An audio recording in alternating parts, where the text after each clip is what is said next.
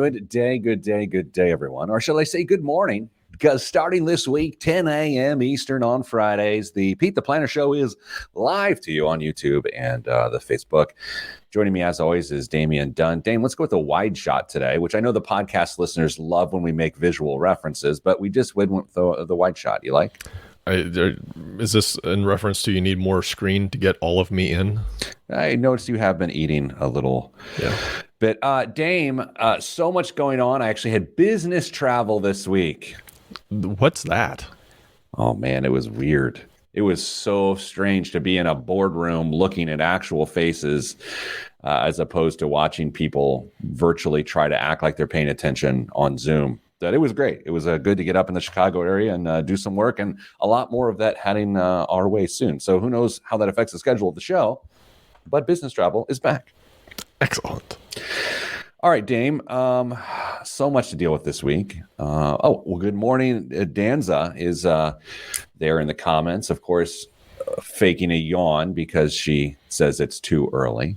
Chris says good morning. Well, hello and good morning to Chris as well. Dame, you like this new time for the show? My voice isn't even awake yet. I've never been forced to change time slots. I can only imagine this is what big TV stars feel like when their show gets moved from 8A to 9P. Jameson says good morning in Texas. It is early for him. Over the years, my radio show I guess I've been doing this since 2009. It has changed time slots, just like you're mentioning there. Michelle says she likes the new time slot. That's good to know. It has moved over the years, and Dame, it's been some ugly places. It's been anywhere from 4 a.m. to 4 p.m.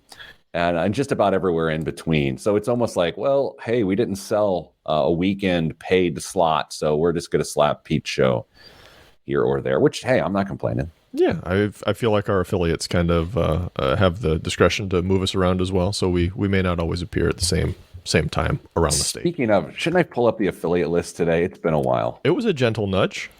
I feel like it was. Okay, so I'm going to do that. Dame, say something witty and entertain the people while I pull up the affiliate list. So I had a award show that we had to go to last night for our children's summer swim and dive, and the bartender was very generous with his pours. And somebody asked me what I was having, and I might have said that I was having a Tito's and vodka last night. And I love it. It's delicious. Yeah, it's that's going to be my go-to line when someone tells me what's going on. Like, hey, you're drinking too much. But yeah, just having a Tito's and vodka. Okay, I found the list, I think. Okay, Dame, let's start the show. Enough frivolity. It's been a couple minutes already, and we've only lost 80 people on the stream. So that's good. So let's get started. Today's show is about the labor markets and jobs report. We got an amazing email from a listener named Callie. Her name's Callista. She goes by Callie. I only know this because of her email address. By the way, how great of a name is Callista? It's a wonderful name. Fantastic. We have friends with a daughter named Callista. She's a gem. Does she go by Callie as well? I don't know. I don't know if I've ever it would be really creepy. The next time you just give her your own nickname. Yeah. Dame, Mr. Dunn is calling me something different. And you're just like, sorry, I call her Callie, everybody. Yeah, that's probably not going to go well. Anyway, Callie sent us a great email. So I've been meaning to read it in the last few weeks, but now that the new jobs report came out, it seems more appropriate to read it now. We're going to talk about everyone's favorite segment, Pete Was Wrong. The little segment on Pete Was Wrong, so we'll do that. And then whatever else happens and falls out of the mouth. All right? Let's do it. Okay. Let me get the clock ready. It's like every week's my first week doing this. You ever feel that way? Every week. Being a part of it? Yes. In 3, 2, 1. This week on the Pete the Planner Show, we answer your money questions. Here's how the show works. You email us, askpete@petetheplanner.com. That's askpete@petetheplanner.com, and we will answer your email on the air. Whether you're listening in Kendallville on WAWK or even listening in Kokomo, Indiana on WIOU. Damn, I love that there is a financial show on WIOU, don't you? It should just be all financial shows, shouldn't it? I feel so. That is also true. And WTRC in Michiana, what I will call Michiana Zone. Perfect. I am Michiana Zone. Oh, well, that's a statement. All right. And of course, WIBC, our flagship out of Indianapolis. All right, Dame, enough of formalities. The jobs report came out this week and this Friday, today. Good news. We had almost 1 million jobs in July, and that is very exciting. 1 million jobs sure beats a sharp stick in the eye, but it's been a long time coming. Keep adding those jobs back into the economy and keep going the right direction. So lots of numbers to share with you here. So stick with it. And if numbers bother you, well, actually, we'll talk about that in your next employment review. But there's 943,000 jobs added in July of 2021, which was more than expected. And the unemployment rate has now fallen to 5.4%. Okay. Now, as of June, the end of June, there were 7 million less people working than there was a year prior. Okay, I'll say it a little differently. The beginning of July, we were still 7 million jobs down. And so one of the big questions people are asking right now is, how will we get back to that level of, and I'm using air quotes here, full employment? Is it possible? And then how does that change some of the small tragedies happening within small business and big business alike as people scramble and struggle to find workers? So that's what I want to talk about today. We are also going to break down where and what industries the July jobs came from, which then gets Callie's, an emailer who emailed us the last time we talked about this, gets her email involved. So that's what we're doing now. Before we get started, Dame, any questions? Do you want to make sure that we cover something specific within this segment? No, it's not necessarily something I think we'll cover, but it's a concept that has been rolling around in my mind for probably over a year now at this point. Way back in college, Pete, my econ professor introduced a concept called natural rate of unemployment that you could expect to see in a healthy economy. At that point in time, a few decades ago, it was around 5%, somewhere in that neighborhood. When we hear 5.5%, we think, well, that's not too far off. However, the problem is exactly what you just mentioned. We still have 7 million people fewer working right now than we did, exited the workforce for any number of reasons. And so they may not be being captured on the specific report that generates unemployment. So just because we hear a 5% unemployment or 5.5% unemployment doesn't necessarily mean that we're really close to everything being okay. There are still some big issues potentially out there to slow this down. First, it is worth noting that neither you nor I are economists.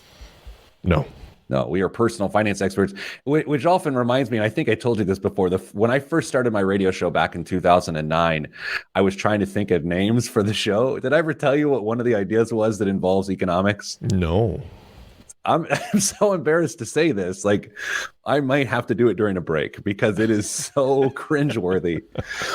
I wanted to call the show The Skeptical Economist, which makes no sense whatsoever because I wasn't an economist and I just thought it was edgy. Yeah, I mean, it sounds great if you've got the creds to back it up. Well, of course I didn't. I was 31 years old. I had hair and didn't have the CV to cover. All right, Dame. So here's something that I discovered this morning in some reading and some research that we're going to go back to the beginning of July for a second. We were missing 7 million jobs. There's 7 million people not working who were working a year prior. You know what I found that sort of freaked me out and actually scared me a little bit is that it is estimated that half of those 3.5 million, I did the math for you. 3.5 million of those people retired early. Okay.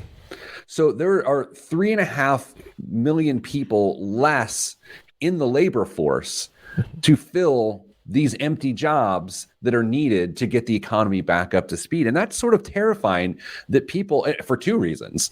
One, it's terrifying for the economy that we're not going to have that full employment that allows the economy to sink. But then the other end of it is actually a personal finance thing. I think you and I both know that 3.5 million people retiring early or choosing to call their period of not working retirement, that's not a sustainable thing. And you're going to find 3 to 5 years from now, those people trying to come back into the labor force and then it not being a very friendly, welcoming place for them. No, I was going to point out that I feel like there's a very good number of those 3.5 million that retired that said they were going to retire because that was the best alternative for them, or maybe a way to save face, or whatever the situation may be. They didn't necessarily want to retire. Maybe they felt they were forced into retirement at that point. So I would expect a good number of those people to seek out part-time employment, if not full employment, down the road, because maybe their projections didn't look quite as good in reality as they thought they did, or they just need something to keep themselves busy. But I do think that there's going to be some second guessing their decision to retire. I always feel like when people get an early retirement offer, and from time to time, our corporate clients will extend early retirement offers to their employees, people that we serve on a regular basis. And Dame, I always feel like the dangling of a carrot or something shiny to say, hey, we're going to give you extra $25,000 if you peace out right now. That's a lot of pressure. And I don't want to have a big sweeping generalization here, but I'm going to. I think generally it's a bad idea to surprise retire on your own. You know what I mean? Like, most people should have a planned retirement and not surprise themselves one day and retire. Would you agree with that very broad, sweeping statement? Yeah, we've talked about a number of these things in the past that can make retirement tricky for people. Are you prepared? Do you have the money and the resources that you need to retire in the style that you want to? Have you prepared yourself mentally for retirement? Going from full employment one day to saying I'm retired the next could, believe it or not, potentially pose some hurdles that people have to cross when they are making that transition. What do they do with their time? What are they going to fill their days with? It's not just as easy as flipping a switch for some people. I understand that certain people look forward to that day for a long period of time, and surprise, I'm retired isn't going to change how they feel or live one bit. But there are a good number of people who need a little bit of time to walk into that idea. I was thinking last night, I have a friend who is retired, but a significant portion of their retirement income is them working.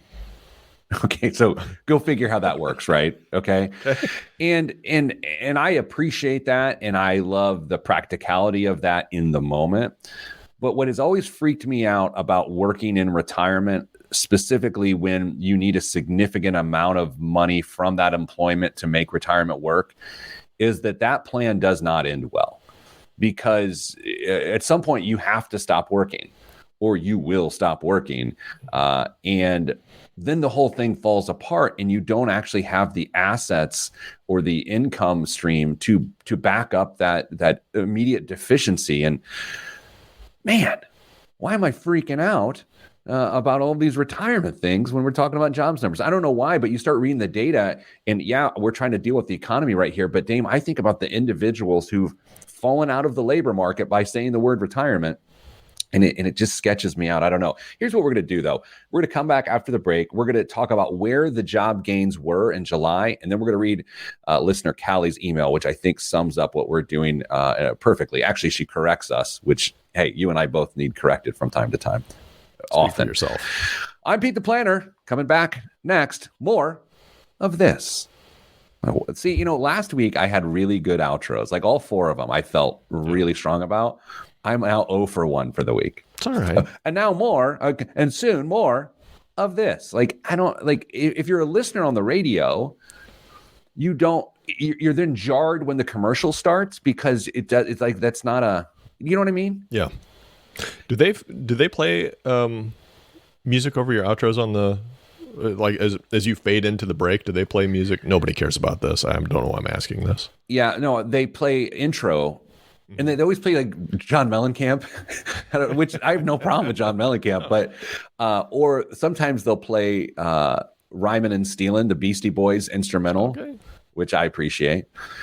I made a Beastie Boys reference and a Fat Boys Disorderlies reference during an important presentation yesterday. Did anybody catch it?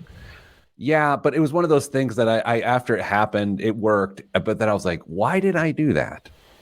To seem hip. No, I don't know. It was a bad idea. Or a couple of comments from the Peanut Gallery. So early. Glad to see the Duns still had enough time to do their hair for the show. Jeremy's a good man. And Andrew says, we are the best. No, Andrew, you are the best. And Gordon up in Muncie says, skeptical economist, Pete the Planner, the cynical money guy. See, that's how ridiculous I'm not that cynical, and I'm also not that skeptical. So that's how weird me trying to name the show The Skeptical Economist where it came out to be. Huh. Hey, Duns. Dame is quiet on my end, and Pete is too loud. Oh, my Lord. Thank you, by the way. Like I just reacted in a way that makes it seem, Lauren, like I'm disappointed in you. Here's the thing. I'm disappointed in myself. Yes. But I will say, I have figured out how to fix that in post. I can fix this for the podcast. And as they will know, because they're listening to this right now in their own due time, they're grateful that they did not experience, Lauren, what you experienced. Finally, before we go to the next segment, Craig P. Anderson, genius. I used to try to work sci-fi movie references and song lyrics into corporate leadership team meetings. Fun game. It is a fun game.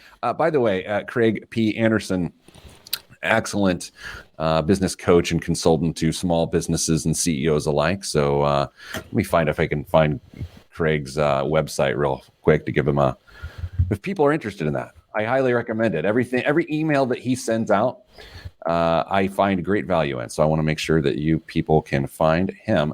Clearpathcoaches.com. That's clearpathcoaches.com. All right, Dame, let's come back and hear how we were wrong. In 3, 2, 1, back on the Pete the Planner show. Dame, and when the June jobs report came out, we went through a list of industries that those jobs came from. Do you remember that conversation? I do. And one of the major additions of jobs, just like this month, were government jobs. And you and I reacted in a way that we were slightly dismayed that the vast majority of jobs in our country came via government jobs.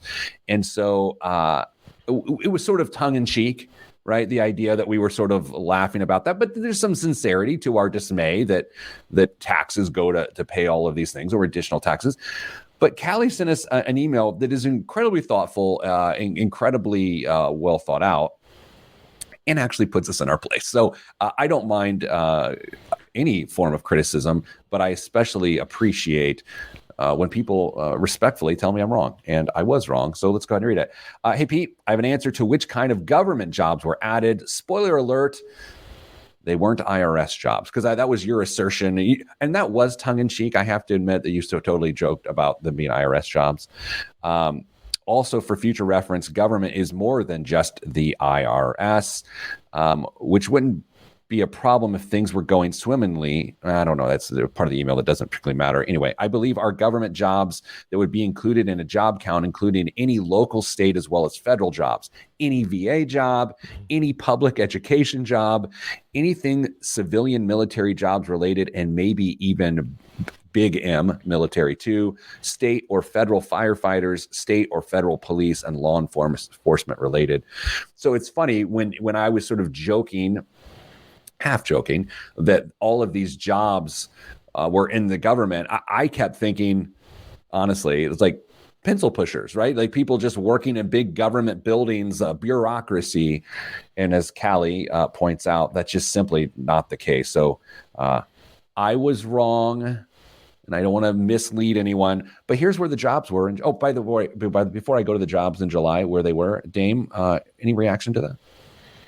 I think we had maybe mentioned there were going to be a bunch of IRS jobs at that point, because the president at that point in time had just released a statement or a plan to hire a whole bunch of people at the IRS. So it wasn't just saying necessarily, oh, here come a bunch of people to collect our taxes.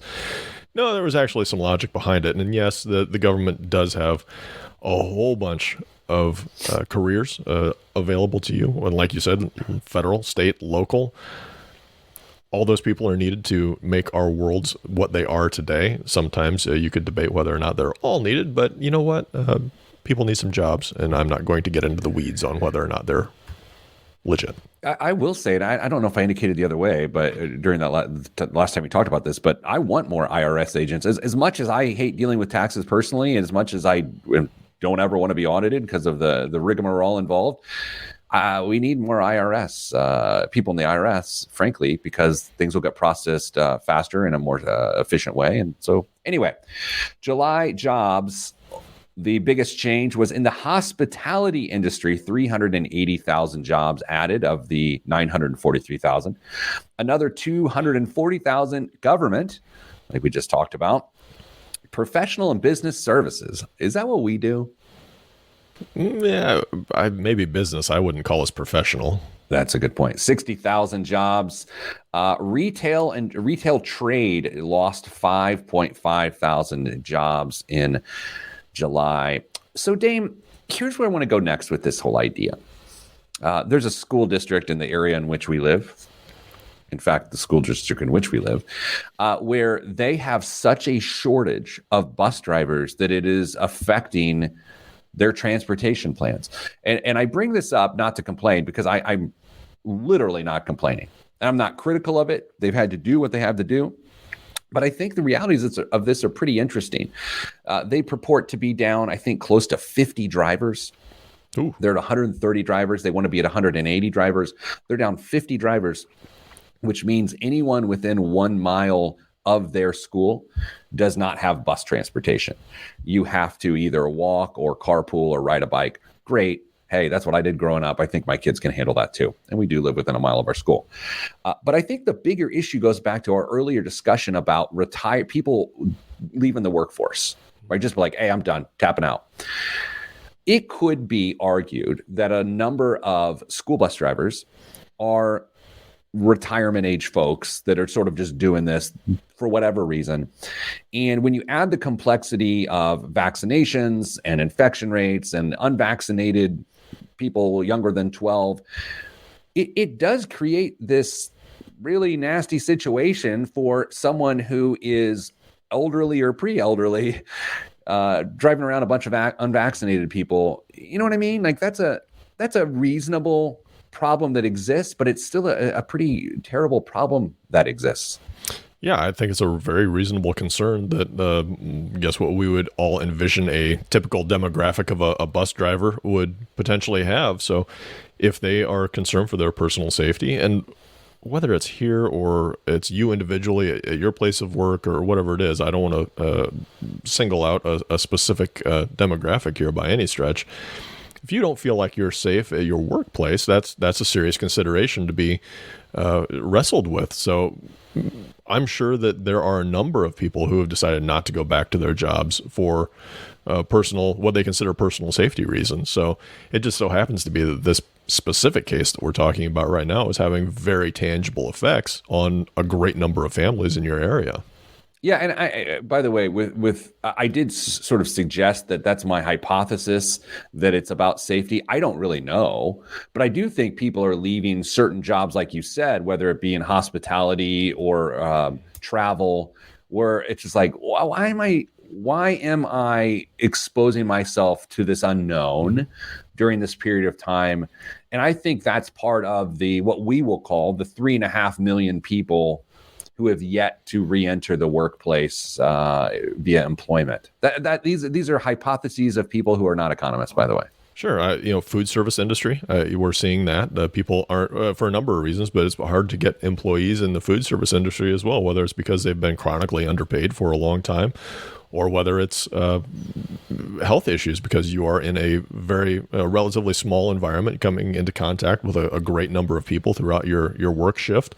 I would see how somebody could be very concerned about being in a relatively unhealthy environment if they are concerned for what they're facing. So it's a new day in concerns or considerations when you hire into a job, I feel like. One of my favorite things to do in my personal time is to read Yelp reviews and then get mad at the Yelp reviewer. Like I spend hours doing it. I love it because the overcritical nature of Yelp reviews, it just makes me feel how we're shredded. The threads of society are completely shredded and we're falling apart. I read one the other day that said, gave the person 1 star. They're like, the food and drinks and atmosphere were great, but our server didn't even know the beer's on tap. It was like it was her first week or something. And I'm like, you do realize that we're in a labor market catastrophe here. And it was very likely that person's first week. Yeah. Like, what do we do? Why would you criticize that? It's like the one I think I talked about on the show the other day, where it's like a person gave like 3 stars because they stood up from their table and they hit their head on the chandelier over the table, didn't hurt themselves.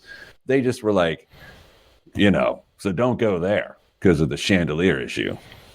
I don't get it. Everybody's looking for their 15 minutes of fame, and if it comes through a 15-second soundbite or a Yelp review, they're happy with it.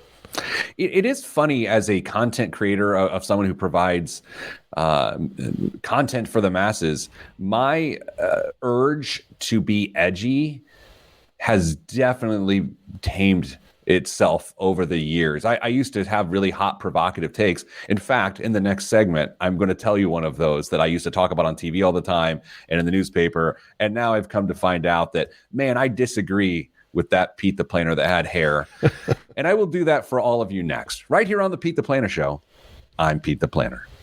Now that was an outro. That was much better. I just banged the table and everyone's ears blew up. Hello, Pinkins. Mr. Pinkins, greetings. Danza says, food service says can't get employees because folks finally figured out the pay is insulting. Danza, that's a really interesting point that Mrs. Planner and I have been talking about. Mrs. Planner and I have been talking about labor economics a lot in the last couple of days. They're like, my thing is, so how does this thing end up working out?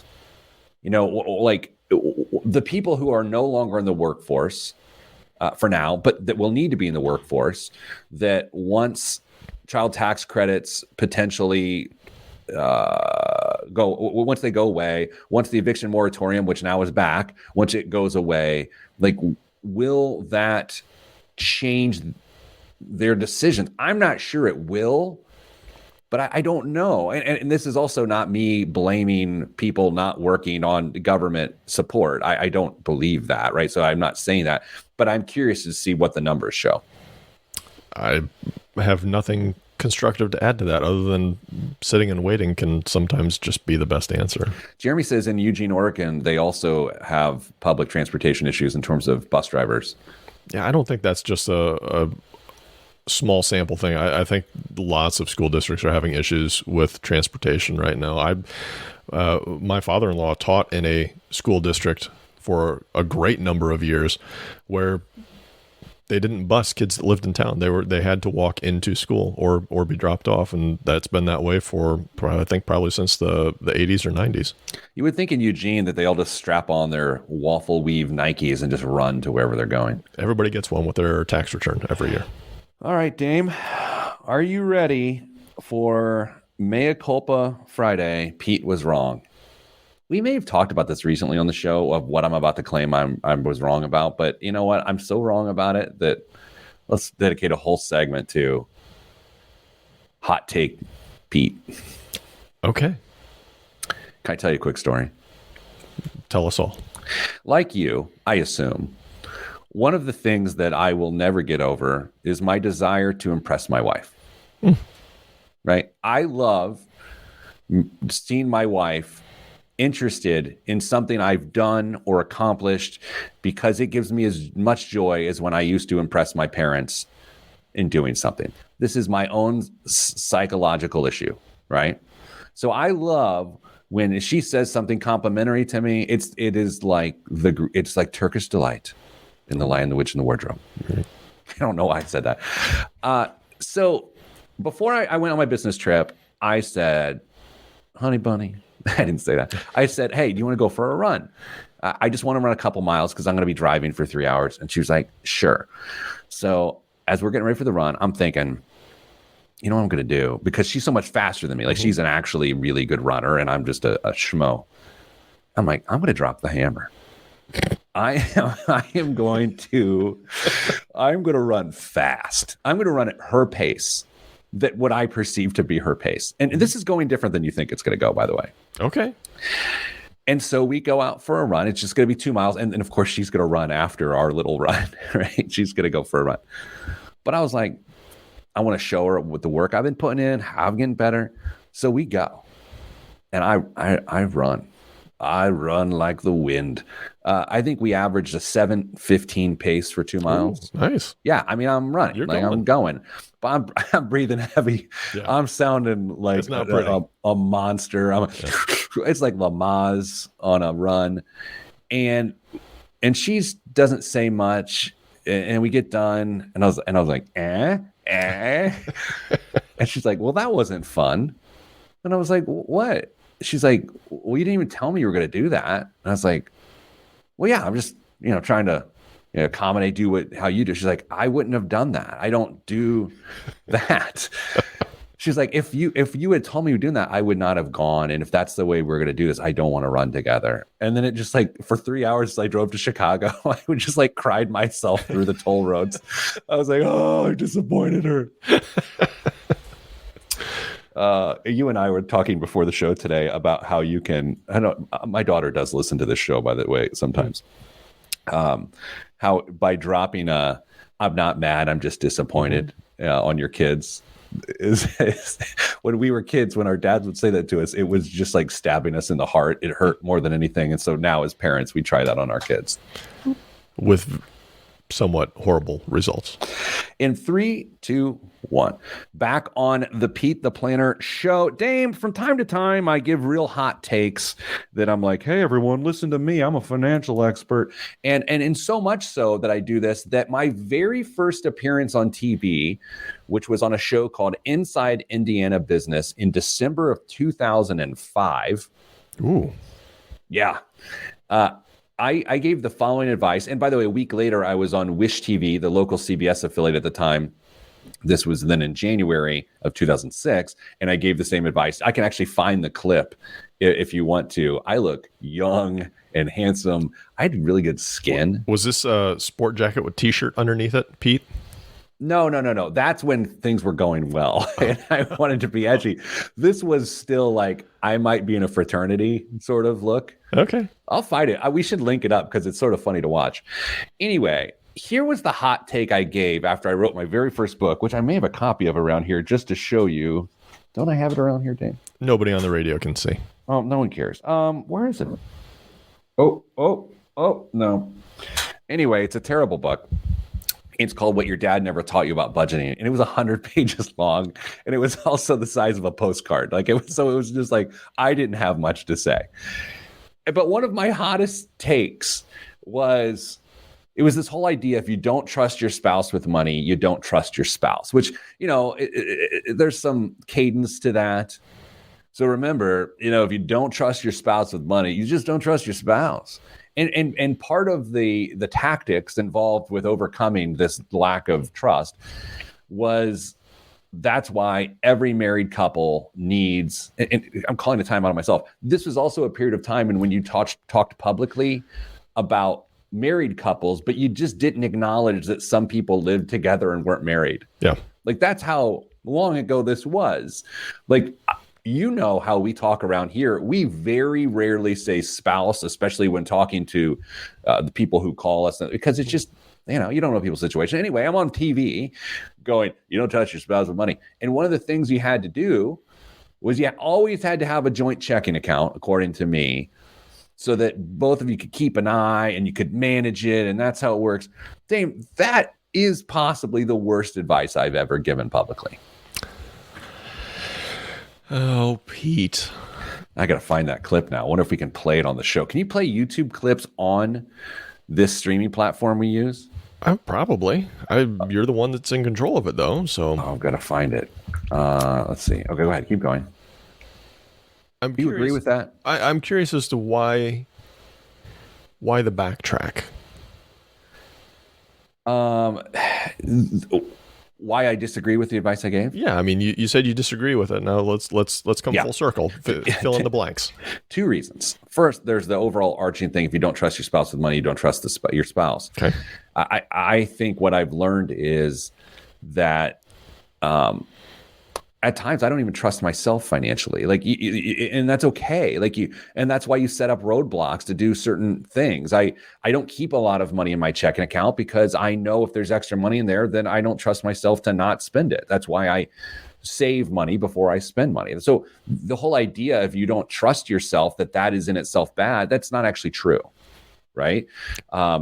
I don't trust myself to not eat every Rice Krispie treat that is in the home, which is why we don't have Rice Krispie treats in the home. That doesn't make me a terrible person. It just means you know what I'm saying? Yeah. Yeah, totally. And then the other element of this is just the logistics of the modern lifestyle of having two people pull out of the same checking account.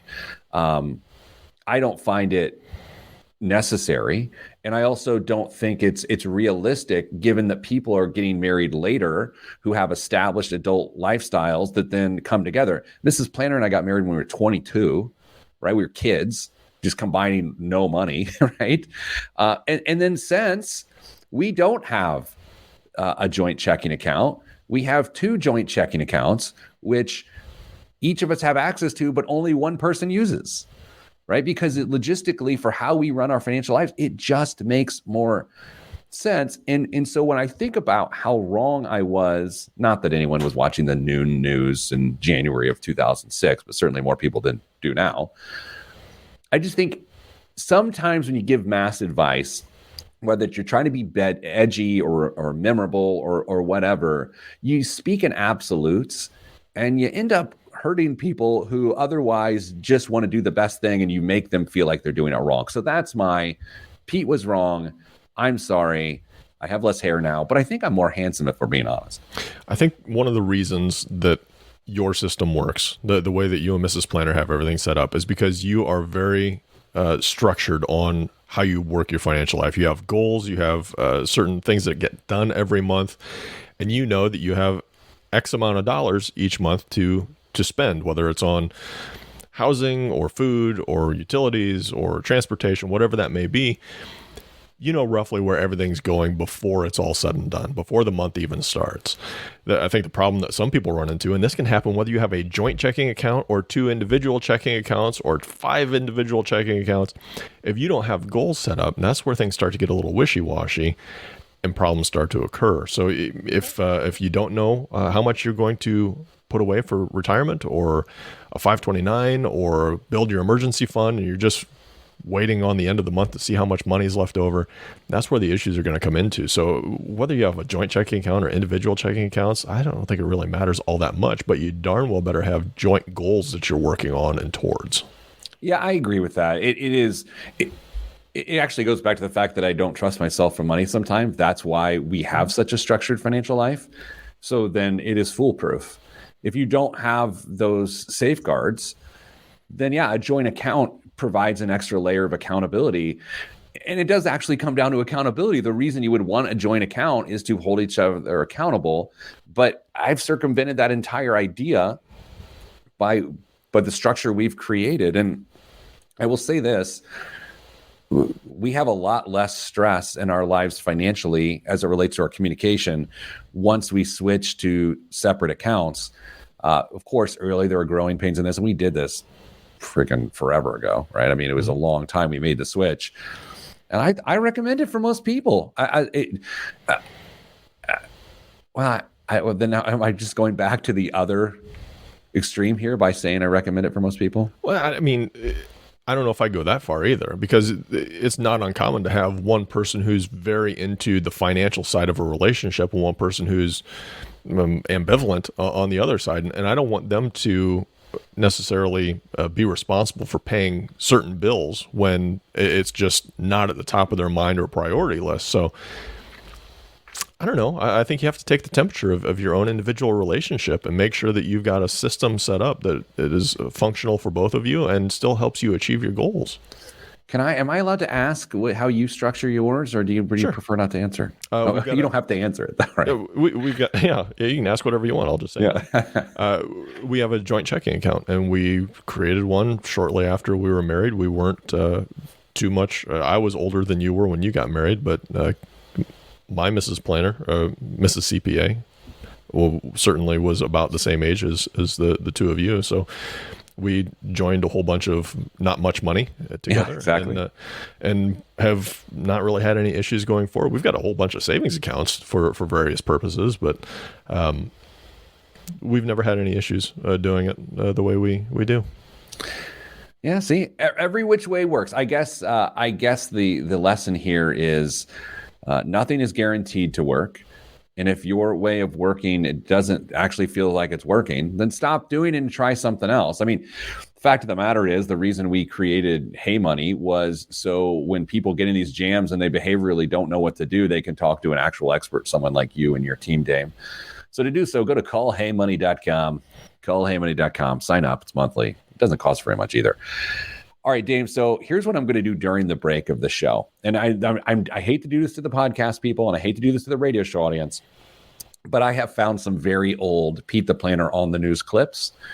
And so we are going to play them for the live audience here on the Facebook page. So go to facebook.com/Pete the Planner if you want to see it, if you're a radio show listener and you want to see what I looked like a long time ago. So we're going to do that next. Coming up after the break, biggest waste of money of the week. And current events. Here's the thing about current events. There's a lot of them. They're often current. We'll do all that next. I'm Pete the Planner, and this is the show. Okay, so Dame, all right, it's going to take me a second to figure out exactly how to do this. All right. Oh, wait, hold on. That's the wrong button. I did not mean to do that. I legitimately didn't mean to do that. Okay. Oh, I'm embarrassed already. All right, hold on. It's going to take me a second. Okay. Oh, man. This is when you create your own marketing clips. It's so embarrassing. Okay, hold on. Everybody sing a song. People on the radio are not going to hear this. No. People.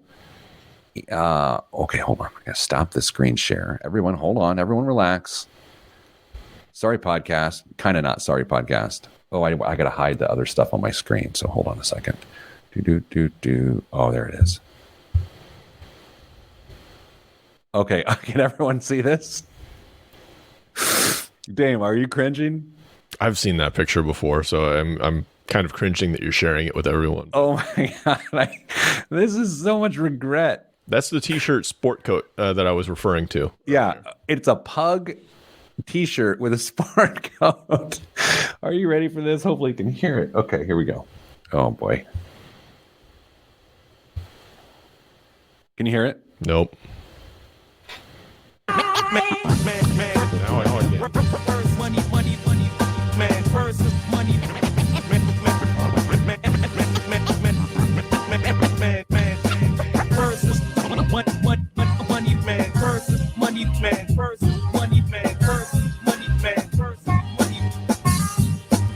Was that the smallest desk in business that we saw earlier with you sitting by a computer? Yeah, possibly. So here's what's funny about this. There's a lot to break down here. Number one, this was the era of marketing yourself, like pre-influencer, like the beginning of social media. You had to make a splash. And so self-promotion, this is like the heyday of self-promotion. So of course I did this on my own computer. I put all these different clips together. So number one, I'm cringing based on the level of self-promotion here. Yeah. But I have to say, on an expert journey, if you will, an expert's journey, as I watch other people go through this now, there's always those stages, like the really cringe-inducing stage where you will put a quote out on social media that it's your quote, but you've created a stylized background for your own quote. Yeah. Like I did that. I mean, now it makes me laugh. But the second thing you'll notice of this is I look so much younger. Oh, yeah. Like a different person. Yeah, you did definitely look like fresh out of college at that point. And I also love that the newscast turned to a 28-year-old schmo, or however old, 30. No one cares. And I was their expert. Like I knew some stuff, and I could communicate it rather well. But yeah, that's embarrassing on 1,000 levels. Yeah, I mean, I'm good on you for sharing it with everybody and being willing to do that. But All right. So, by the way, podcast, if you want to see this, go to, actually, you know what you can do on YouTube? You can actually just see what I searched. It's go to man space V space money, man V money on YouTube. Just search it, and you can even search Pete the Planner along it, and you'll see that video. Whew. wow, Boy, why did I do that? I don't know. I think looking back on a career, and especially in sort of mass advice, I've learned a lot. Like at some point in time, I thought being an expert was about not only knowing everything, but making sure everyone knew you knew things and that you're right and they must follow you. Right? That is part of what I thought was the case. Here's what I've learned now. It's not me shouting down a mountain. It's me walking alongside people who might want to learn a thing or two, right? It's just a lot more laid back. And I much prefer it the way we do it now as opposed to back then. Well, I mean, Lauren, if you look at your competition at that point, you were clearly trying to fill a niche that was wide open at that point. By the way, Lauren is killing it today. She just says, let's see if we can get that to 200 views. That's the funny thing about self-promotion is that like I spent all this time building this clip. And as of right now, I put it out on January 31st of 2012 and it was 132 views. Was that the only place you put it? Was on YouTube? I don't know. I probably Facebook and much other stuff. I will say that Man vs. Money was a track that DJ Metronome, friend of the show, made back then. Nice. I know, he's the best. All right, let's do our real show here. Okay. There's actually old radio show clips on here too. Now I kind of want to watch one of those. Oh, you want to watch one of my first radio shows? All right, we're doing this. Do you have anything to do? I have a lot to do today, but I don't care because this is sort of fun. Okay, the radio is missing out. All right, hold on, everybody. Oh boy. Dame, do you like this or is this not your jam? I just feel even more out of control than I normally do right now. Okay, here we go. Good morning and welcome to Skills Your Dad Never Taught You. Pete the Planner, right here on the Pete the Planner Radio Network, Suit and Tie Edition, coming to you August 1st. I don't know, what's today? I missed the memo. Chip Maxwell It's missed the the memo. Chip, you're wearing a kilt. Okay, what is happening? What? Why wasn't I given a kilt? Chip had a kilt and I don't have one? Oh my God, I don't know if it can. Oh boy. This it has 49 views. It never crossed my mind that you actually used to go into the studio to record. And I would only video myself and leave my co-host off camera. Well, they might prefer Hey, Skills that. Your Dad Never Taught You, of course, is the show to learn everything you need to know about money. And occasionally, Chip, if you're drinking a hot beverage, it's going to tickle your nasal passage because you're going to spit it out your nose when you laugh at us. Ooh. And I gotta stop. I gotta stop. I mean, I'm sweating. But here, for some context, it made sense at the time. Oh, do you want to hear another horrible moment of early days of radio? I used to fill in for the actual drive time show in the morning on News Talk 1430 WXNT. And I thought I was funny, as you can tell. And so when I would give the weather report, which people depend on, right? I mean, people want to know the weather. That's why you say it so often. I would say things like, it might be wet today, but it's likely to be, like, I would just like say these things. You're going to be a little bit sweaty, but like, I would never give the temperature. I would never give the real weather. I was trying to be like clever and say different ways. And I think back on that and I'm like, God, everyone hated me. And I thought I was so funny. I can't believe they let an FM personality on an AM station. No, this was AM. I know that you were clearly going for an FM crowd, talking to an AM audience.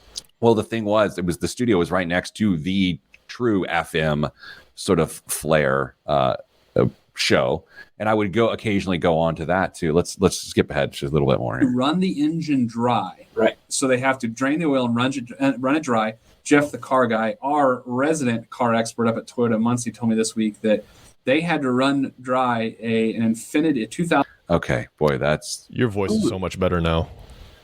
we've also talked about how a voice develops, and part of the reality of a broadcast voice developing is when you listen to yourself in ear monitors, it changes the tonality of your voice. You can hear yourself, it changes, and then your radio voice, which you develop for radio, becomes your regular speaking voice. And let's go back to the show. Oh my God. Do you think 20 years from now we'll show clips of this show and be embarrassed? No, we won't. Somebody else will. We'll be retired or dead. Yeah. I'll be dead. You'll be retired. Okay. Let's do the real show. Boy, that was, I don't know if that was good or bad what just happened. Do you need to notify Chip that happened? I'll text him. Okay. Okay. In 3, 2, 1. This week's biggest waste of money of the week right here on the Pete the Planner Show is, by the way, on the radio, you just had a couple minute break because there were some commercials and whatnot. But between segments, we went down memory lane, trip down memory lane. We were pulling up old YouTube videos, the first year of the show in 2009, news clips from 2005. So I highly encourage you to go to facebook.com/Pete the Planner. If you don't like Facebook, like me, no offense, everyone who's currently watching on Facebook, go to youtube.com/Pete the Planner, and you can watch the show, the live event from today's show. Today's show is called the Pete the Planner Show 8/6/21. Dame, this week's biggest waste of money of the week is the Ray-Ban Aviator Solid Gold Sunglasses. Ray-Ban's Aviators are arguably the most iconic sunglasses in history. To celebrate their 84th anniversary, the company's creating the most exclusive pair yet. As the name suggests, that's always good marketing then. The Aviator Solid Gold is indeed made from polished 18-karat solid yellow gold, paired with classic polarized G15 glass lenses. Only 84 examples will be available. Why do they say examples? That's a good question. I don't know. And then dumb copy. Only 84 examples will be available, each individually numbered on the inner temple. And they arrive with a certificate of authenticity inside special packaging, along with a classic leather front snap carry case. Dame, how much do you believe these Ray-Ban Aviator Solid Gold sunglasses, which are very descriptive of what they are, how much do you believe they cost, all 84 examples? First of all, are you not supposed to wear them since they're called examples? Is there a collector sunglass market that I'm not aware of? Sure, there are.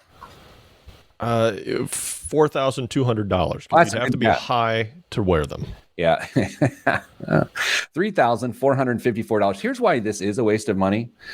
Back when I was in college, I did an international trip to Spain, a class trip, and I bought some Ray-Ban Aviators at a Spanish department store. Okay. And I was so excited. They were my first pair of Ray-Bans. So I bought them, put them on. We got in the bus to go to our next destination, and the bus windows were tinted. And so I couldn't see anything because it was so dark in there. So I took off the Ray-Bans and put them in my pocket because I never owned a pair of Ray-Bans. I would go to pull them out my pocket an hour later, and they were mangled to all get out. So this is to suggest not only if you have aviators and you put them in your pocket, will they be mangled? But Dame, you know how soft gold is because that's how you roll. Can you imagine how mangled those things are going to get? That's why maybe you're not supposed to wear them. They call them examples because they're not actually meant to be worn. Well, listen to this. Jeremy, who's a pilot who is watching the show right now, says, funny because we can't even wear polarized lenses in the flight deck. What a waste. Dame, I don't know if I knew that pilots can't wear polarized lenses, but I'm sure there's a reason that makes sense. I'm sure there is. Potentially polarization in the glass that the pilots look out as well. Maybe the polarization doesn't play well together. My friend Sam and I have this debate as to when you walk off of a plane, whether you should thank the pilot. And my take is, of course, I'm going to thank the pilot. I'm going to thank the flight attendants. I'm not going to go over the top and like fist bump them or anything. I'm going to say, hey, thanks. His contention is they're just doing their job. And my contention back is, well, you can still thank someone for doing their job. Do you thank the pilot when you exit a plane? Every time. You have to. Did you ever get to sit in a cockpit, back when we were kids, when you were actually allowed up in there? Did you ever get to do that? Well, that's the old airplane. It's like, have you ever been in a Turkish prison? Like when it has the. I don't think I ever made it up there. So I did a couple times, but once at LAX, and I left my sunglasses on the dash of the airplane. How old were you? Like 6? It was, I probably 7 or 8 would be my guess. Good times. What's in the news this week? Household debt rose by its highest dollar amount in 14 years during the second quarter, thanks mostly to a surge in the housing market that brought the collective American IOU, not the radio station, to just shy of $15 trillion, the Federal Reserve reported Tuesday.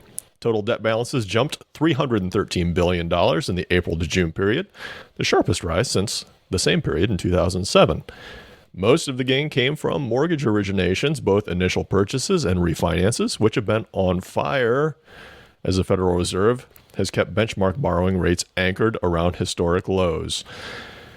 Numbers, Pete, numbers. Mortgage balances increased $282 billion for the period, up 2.8% from the first quarter and 6.7% from a year ago, for a total of $10.4 trillion with a T dollars over the past 4 quarters.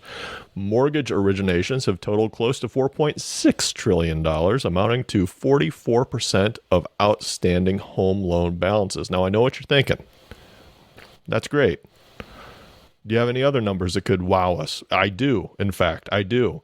Credit card balances increased by $17 billion, while auto loans were up $33 billion. Student loan debt actually decreased for the period, falling $14 billion to $1.57 trillion, as forbearance programs have kept education-related balances in check. There's explanations for every single one of these that all check out, right? I mean, the housing market is what's leading to people getting bigger mortgages. The increase in auto prices, especially secondary auto prices, are what's leading to car loans.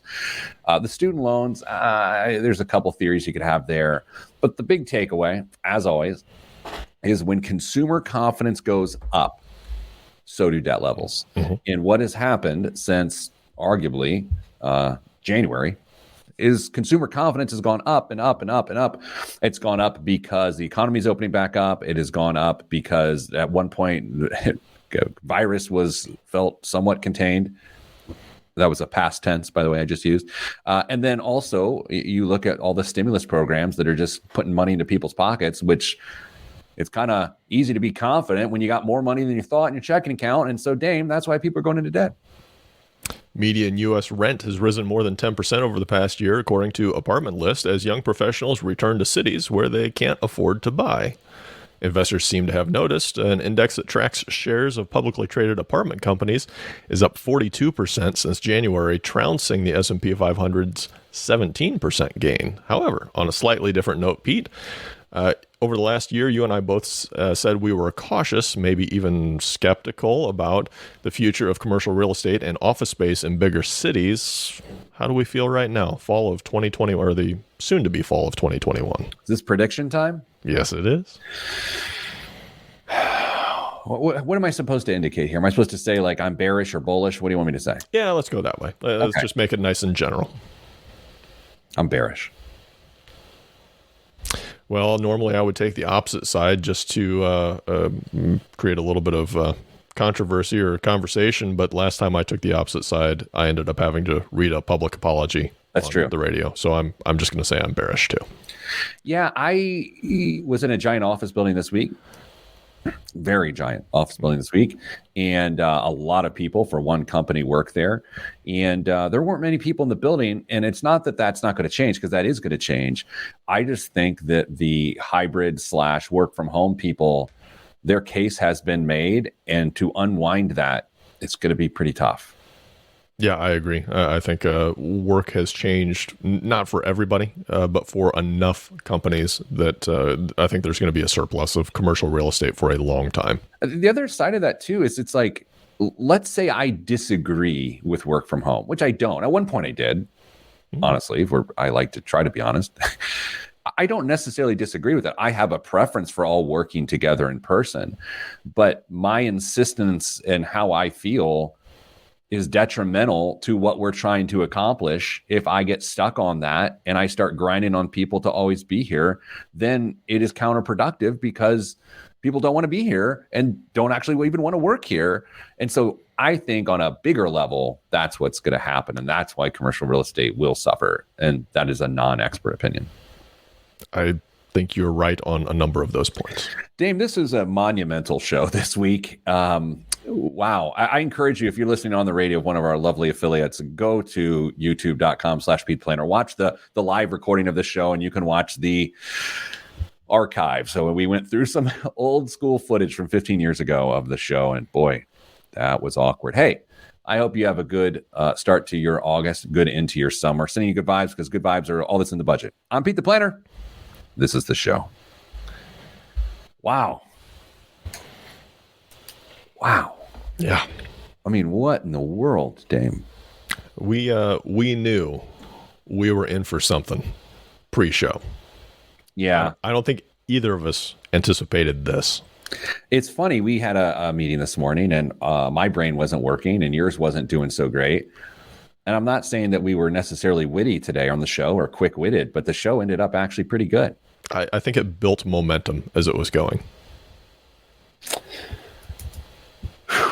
Boy, I sort of, I'm in shock. I want to watch the rest of that radio clip. I do got to text Chip and be like, hey, man, I'm sorry. We just put that out there. We told everybody that you were wearing a kilt a number of years ago.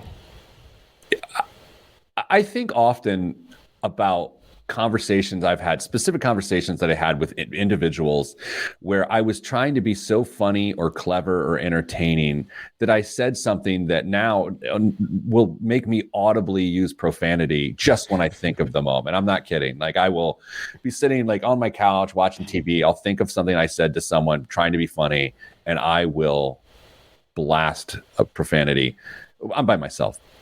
Because I'm like, oh my gosh. And what you saw in that radio clip was that vibe of like it's a very punchable vibe, you know? If it's a question that occurred to me that clearly I didn't want to squeeze into a radio segment. How much of a difference in your mind is there between young edgy Pete and old man gripey edition Pete? Oh, you're saying it's sort of like a time is a flat circle sort of thing? I don't think there's really that much difference between the two.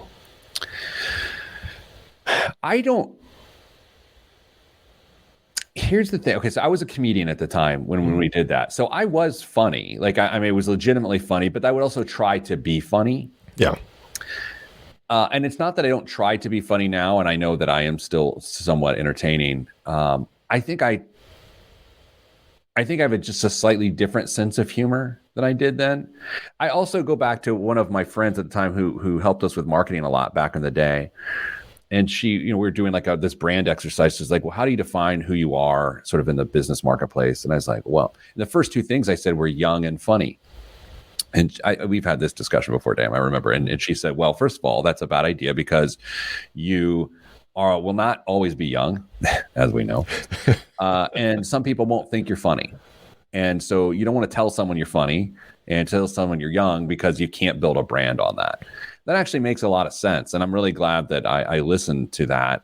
I don't know. I have a different type of ego than I had 15 years ago. Like it was still a lot more about me back then, trying to build like to be internationally known as this financial wizard. And whether I am now or not, I don't particularly care, but it is also not a goal of mine anymore. But that was my primary goal back then. Yeah. Yeah. I think you've got tons more perspective now than you certainly did then. And I think the one thing that's probably consistent is the fact that you're very comfortable answering questions asking questions than as you are now. But what you found out is that the answers don't matter quite as much necessarily as you get older. It's the process and the consistency with which you apply them. Yeah, that's so true, because that really plays into there's this belief in the financial industry that you try to turn have-nots into haves. Mm-hmm. And I just don't think it's that binary anymore, because I still I was empathetic back in the day, but I still came at it of trying to turn have-nots into haves based on some definition of what it is to have. And if nothing else, that's evolved. And I also understand the circumstance. I was born on third base. My parents created a tremendous opportunity for me. And that old Pete that you saw there denied that. Like, people would say that to me. They would say things like, "You were born on third base. Why are you so cocky?" And I'd be like, "I wasn't born on third base." I was. I mean, I think, I don't know. Is that just life experience? I don't know what that is. Growing up, that's how I'm different. Yeah. Privilege is something that even in the last couple of years, that you just have to.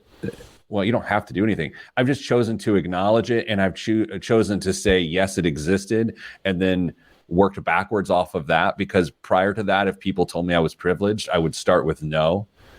And I think, well, what's it matter? I think because if I acknowledge that I had privilege, then I'm going to be able to serve more people. If I denied that I have privilege, I'm only going to serve the people who also had privilege, right? So that's sort of this show has everything today, doesn't it? Man, it's an hour and 5 minutes of all over the map. People are going to see this hitting their podcast queue, and they're going to go, nope. Yeah. All right, Dame, I have to shoot 1,000 videos right now, or our colleague Oz will drive to the office and do some Krav Maga on me. Sorry, Oz. I'll give you some refresher tips if you need them. All right. Hey, everybody. Thanks for being part of this today. So we're doing this at 10 a.m. I'm not sure. It might be long like this now. Who knows? Because it's like when we were in at noon, then we were up against stuff. But thanks for listening to the first version of the 10 a.m. show. Yeah. Podcast people. Oh, sorry, Dave. Up against stuff like you getting out of the office and going home. Look, I'm not a doctor. Podcast people, you are going to want to watch this live stream. So go to youtube.com/Pete the Planner, or if for some reason you want to see your high school friends get angry about things, go to facebook.com/Pete the Planner.